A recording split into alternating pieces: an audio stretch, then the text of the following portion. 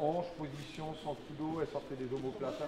Comme la plupart des gens d'ici, je viens du judo. J'ai commencé le judo à Bucrine, j'en ai fait pendant 13 ans. En parallèle, j'ai fait du jiu-jitsu fighting aussi à haut niveau.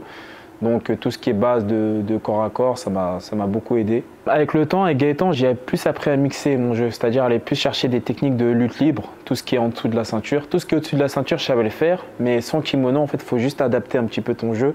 Mais ça revient à peu près à la même chose, c'est des petits détails techniques. Et là, j'ai plus appris la lutte en chaîne et ça fait vraiment la différence dans les matchs. Vous allez voir ça le 4 octobre.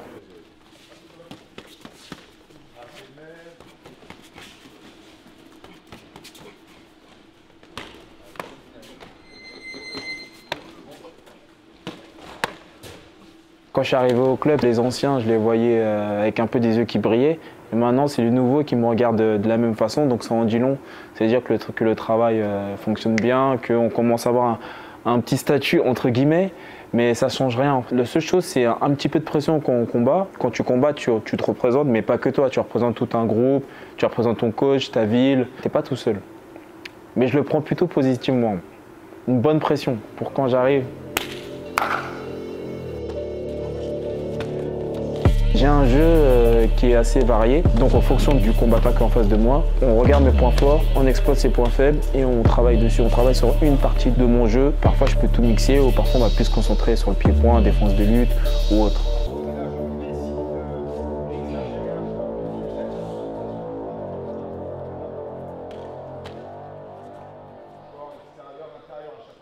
Maurice, déjà c'est un gaucher. Tout ce qui caractérise les points forts d'un gaucher, c'est-à-dire bras arrière, jambes arrière, c'est des armes qu'il utilise très bien. Ses compétences qu'il avait en tant que judoka, tout ce qui est amené au sol, il a réussi à l'appliquer dans le MMA.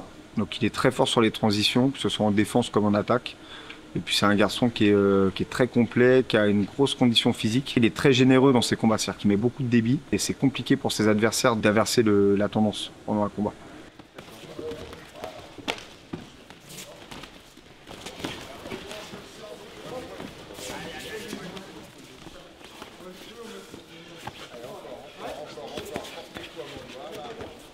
Là, il y a cette langue qui traîne, je peux pousser celle-là par exemple, avec une impulsion, je décolle les fesses. Depuis l'âge de mes 13 ans ou 14 ans, je concilie le sport et les études. Et là, depuis 3 ou 4 ans, je suis en études supérieures dans management international trilingue. Et donc, du coup, j'alterne entre les cours, le sport tout le temps, les diplômes, etc. Ah, c'est de l'organisation. Sur l'organisation, en fait, c'est un peu compliqué, mais déjà, en étant passé pro, j'ai un statut de haut niveau, ce qui me permet un peu d'adapter mon parcours en master. Quand je suis en période de combat, j'essaie d'aller au cours tôt le matin, de faire en sorte d'arriver à l'entraînement le midi, repartir en cours l'après-midi et revenir au sport le soir. Et puis comme mes profs me connaissent depuis ma première année d'études supérieures, j'arrive un peu à adapter, ils sont assez cléments avec moi. L'autre devant son visage, les deux mains sont tombées mais de manière dynamique, assise. Situation 2, il propose rien pour l'instant. Mon prochain adversaire, il s'appelle Pereira. C'est un Portugais qui a fait les IMAF, le championnat du monde amateur. Si je ne me trompe pas, il a perdu en quart de finale. Donc c'est un gars qui boxe bien, qui a le compte, qui a du KO power. Au sol aussi, les ceintures violettes, il a fait beaucoup de compètes. Donc c'est un gars qui est dangereux un peu partout. Donc on travaille là-dessus, on exploite mes points forts et on peaufine un peu les petits détails qui pourraient faire la différence. Moi, je pense que je peux dominer partout, que ça soit en pied-point, que ça soit en lutte ou que ça soit au sol, pareil. Parce qu'en fait, c'est un gars du JJB, mais moi, en la haute school, on a un sol assez atypique, un sol de lutteur avec grosse pression, frappe, soumission si on nous donne l'occasion. Et en pied-point, en fait, j'ai un jeu assez diversifié avec des feintes et la lutte. Ça peut faire déjouer beaucoup de strikers. On l'a vu ce week-end avec Merab et O'Malley. Donc, moi, ça sera à peu près pareil. Librement, ok, lui il vient me fixer. Là, il inverse la position de tête, il va chercher à tasser, et quand il tasse, hop, moi je viens là. Vas-y, tasse, hop, on se retrouve ici. J'ai fait le tour des salles en France, je suis allé j'ai beaucoup voyagé, y compris à l'étranger. Additionner des personnes, c'est pas gage de compétences. C'est pas parce que j'ai 10 profs que les 10 profs sont très bons ou très investis. Parfois, c'est des prestataires qui viennent donner leurs cours et qui repartent. Ici, il n'y a pas ça. Ici, comme c'est mon bébé, c'est ma salle, c'est mon groupe, je suis très attentif sur la qualité de mes séances.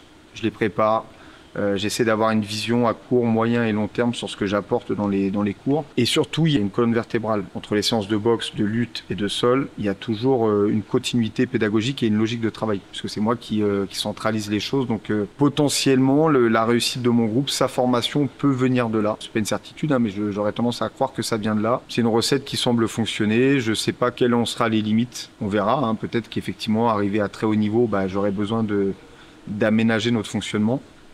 Mais aujourd'hui, ça fonctionne.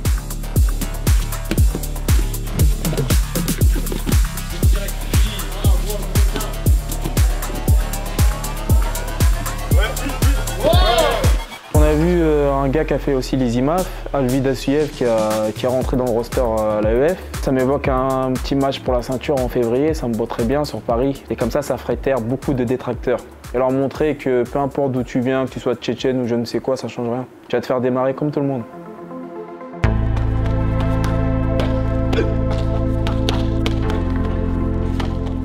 Pereira, j'espère que tu seras prêt le 4 octobre. Moi, en tout cas, je le serai, bien préparé. Tu n'es jamais tombé sur un adversaire comme moi. Je suis un bourbier, un gros bourbier. J'espère qu'on va se livrer une grosse guerre.